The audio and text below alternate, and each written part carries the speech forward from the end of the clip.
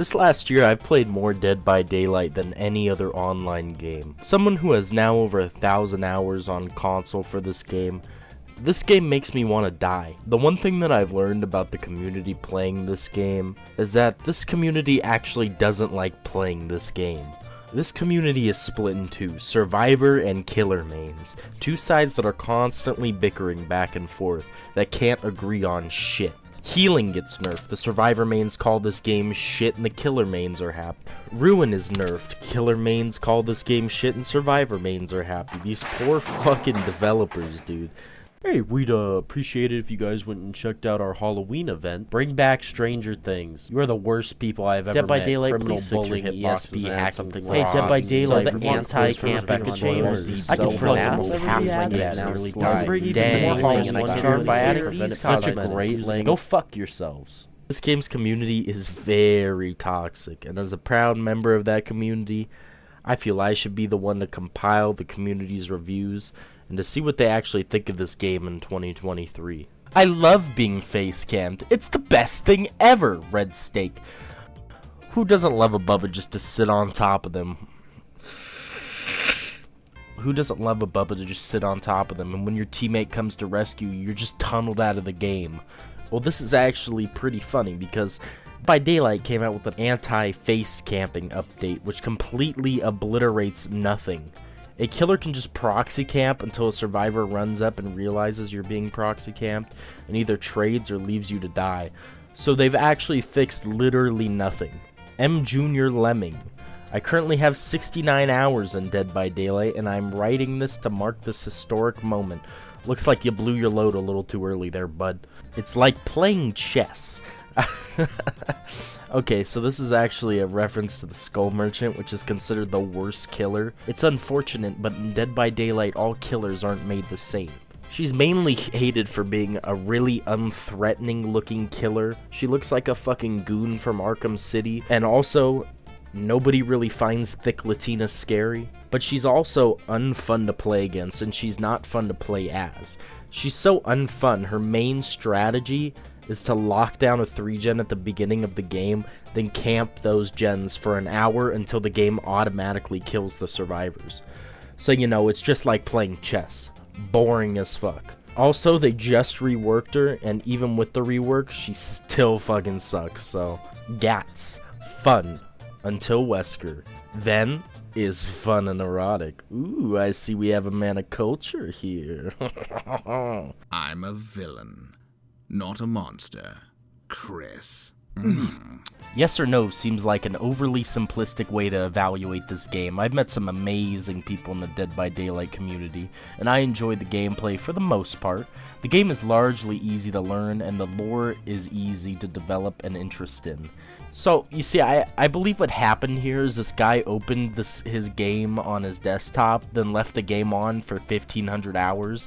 Because that's more believable than actually making friends and finding this game easy to play. Biggest Bovinus. I have played this game for quite some time. I enjoy the time I spent with it. I recently decided to start playing it again, but it seems some changes have happened in that time. I need to accept the new YOLA and privacy agreement. I decided to read the privacy policy again, and here is some information they collect on you. Your email, your home address, your telephone, your login information, your real identity. I might have to check that out. Poppy Bear, 1 star, can be fun, usually isn't. Toxic players, awful hitboxes, and choppy game mechanics make this game unplayable at times. This game's hitboxes really do feel like bullshit. I mean, you'll be watching a killer swing and miss, but still hit you and you'll get down. Or you'll be going through a window and still get hit when you're all the way through the window. And just to be toxic, that fucker will come up behind you and start teabagging on you.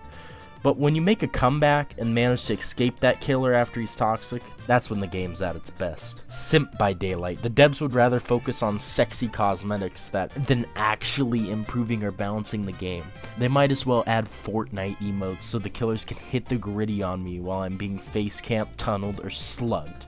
It would at least make it a little entertaining. I can't really argue with this. I would actually like to see myself getting murdered by Myers, then he just fucking hits the gritty on me.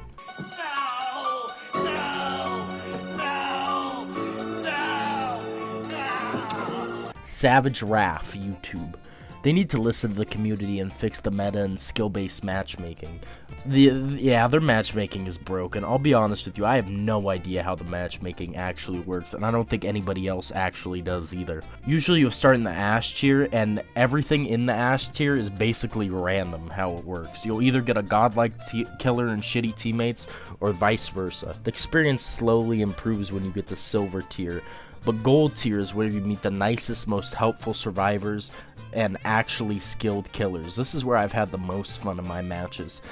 Then you reach the iridescent tier with the slimiest, most toxic survivors that put their survival and rank over doing actual gens. You're basically not gonna have a good time once you reach iridescent. Devs suck, community suck, game sucks. 10 out of 10, would not recommend tech. Mother Goose, you heard it here first, gentlemen. Love the hot killers.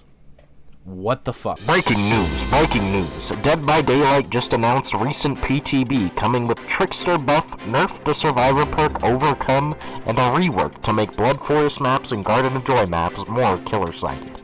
Let's see what the players think about this. I hope they give Doomfist the buff he deserves. Wrong game. Bro didn't get the joke. Alright, that's enough of that. Remove Pinhead from the game. I agree, fuck Pinhead. Nothing makes me softer than entering a game and hearing, "Blah, the box. You opened it. I ejaculated." Xeon. The fact that for 7 years you were allowed to share DLC characters, and all of a sudden, boom, you can't no more is ridiculous. Other Steam games still allow you to DLC share with both parties own the base game, because it's a policy that it's not even enforced. So this guy is complaining how on Steam you can no longer share DLC with friends, which is totally valid argument that DBD is pay to win. But coming from this guy, it seems a little weird because he only has 56 hours on Dead by Daylight, but he's been playing it for 7 years, which means he's played Dead by Daylight for only 8 hours every year. So what the fuck are you complaining about? Great game, worth the price if it's on sale. Still, miss the old times with less killers, because game is a little too overwhelming for new players. Also, the only issue is that you can't buy iconic killers for in-game currency. The variety of 33 killers and survivors in Dead by Daylight, each having 3 perks each, adds a lot of variety to each match, but most of the killers are paywalled along with these perks. Most of those perks being meta, which, if you don't have those perks, can put you at a major disadvantage. Not only that, but you have to learn how to play each killer and loop effectively with pallets and windows as Survivor.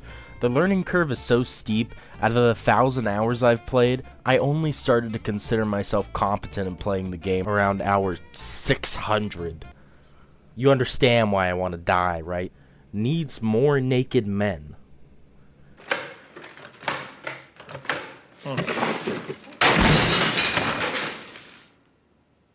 Something was wrong with that one. I'm a single mother that is 42-year-old. My husband died in a car crash before my daughter was born. She is very introverted, so she found her escape from the world through video games. I was never a fan of video games. I never liked horror. My daughter adores this game, so I decided to buy it on my laptop and try it. At first, I did not know what to do, as I am completely new to video games. My daughter really guided me through this game. She is now in college, I am completely alone, so this game is the thing that really deepened our connection. I'm playing it with her to this day. It is a great game, and this is an even better made-up story.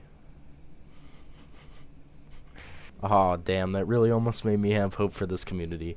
Nobody reads these reviews anyway, so I'll just say it. I'm gay.